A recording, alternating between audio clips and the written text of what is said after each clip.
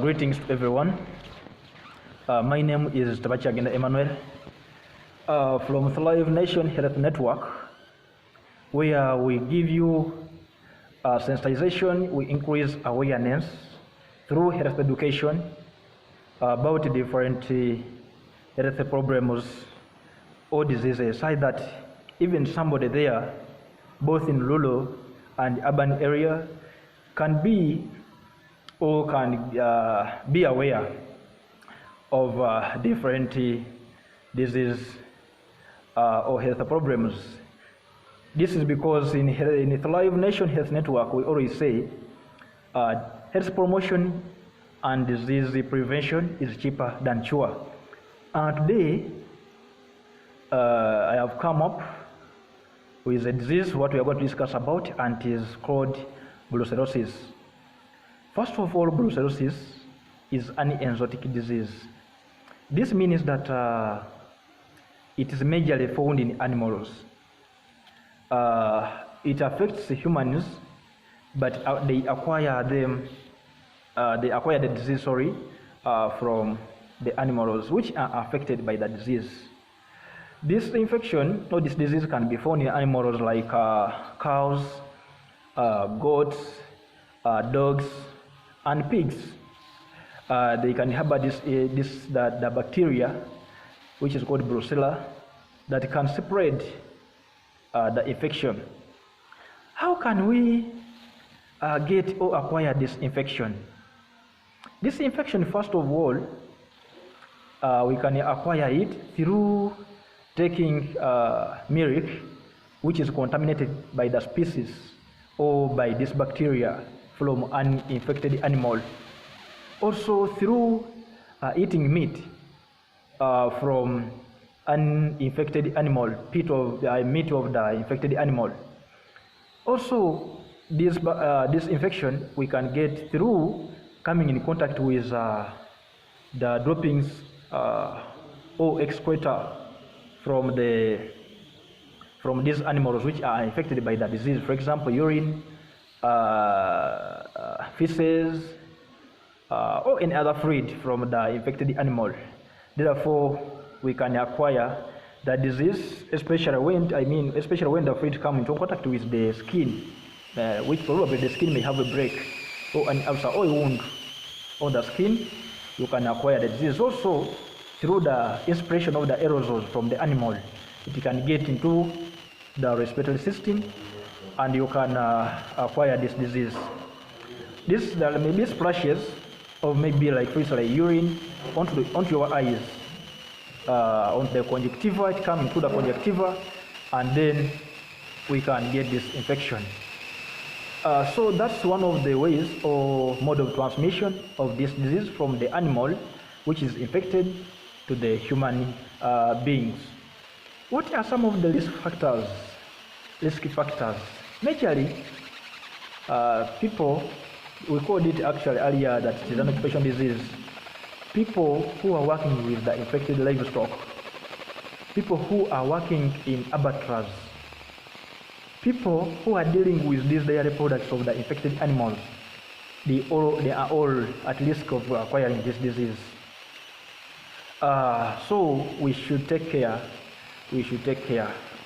Straightforward, I will go to the signs and symptoms of brucellosis. What are things that somebody can start feeling and then start thinking that maybe there is something wrong with his or her body? First of all, one of the signs and symptoms that a person will feel, will have intermittent fever or fluctuating fever, which comes and goes. They come and goes. That's why this brucellosis, sometimes it is confused with malaria by some patients, but in fact it can be brucellosis depending on your history and investigations after these signs of symptoms. Secondly, you may have aches and pains. You will have body pains and aches, so it can be a sign of brucellosis. Another one, you may have bone pain, major bones of the back, the vertebral column. So you start feeling those bones paining, and you start being uncomfortable with the condition. Also, in men, this is always seen in men. You may have scrotal pain, sometimes swelling of the scrotum and pains of the scrotum. So somebody may think that is a genital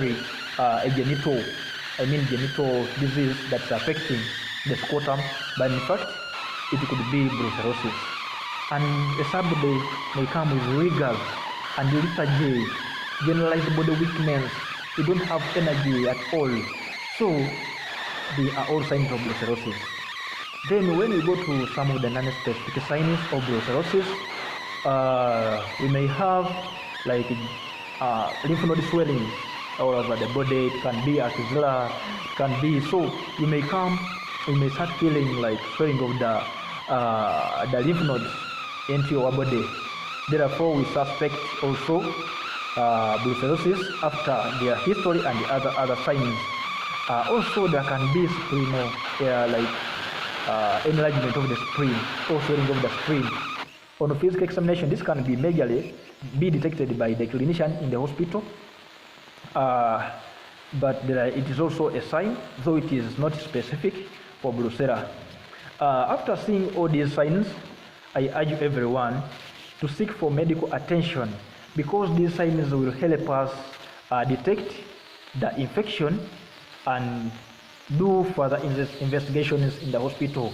Therefore, seek for medical attention as early as possible, because in Thrive Nation Health Network, we aim at primary and secondary prevention to prevent further complications of the disease, since health promotion and disease prevention is cheaper than cure.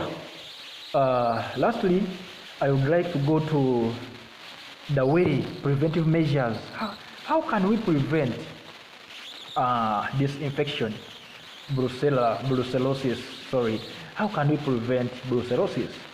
First of all, we have to take only pasteurized or boiled milk. Pasteurized or boiled milk, which is fully boiled. This will help us reduce the chances of this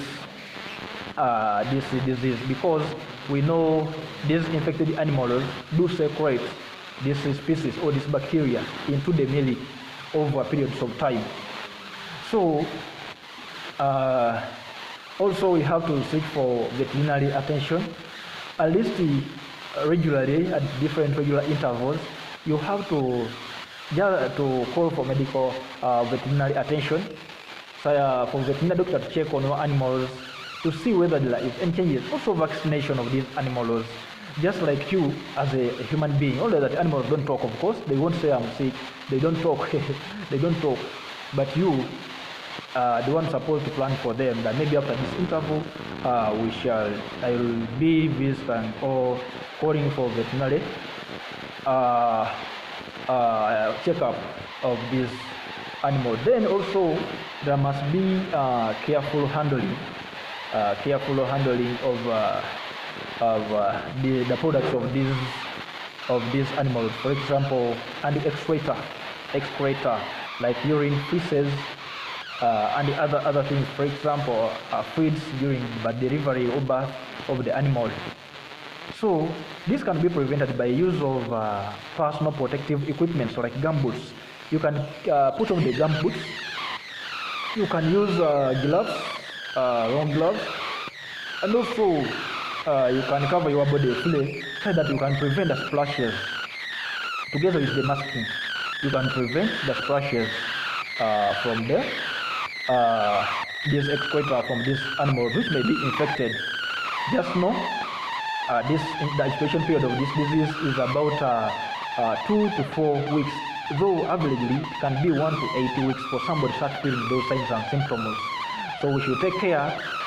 Here at Live Nation Health Network, we bring you awareness and we increase the sensitization so that you can be aware as you are doing or as you are at your work. Continue to subscribe, go on and subscribe for more videos. We shall be with you We shall be with you next time. We shall come with another subject. May God bless you.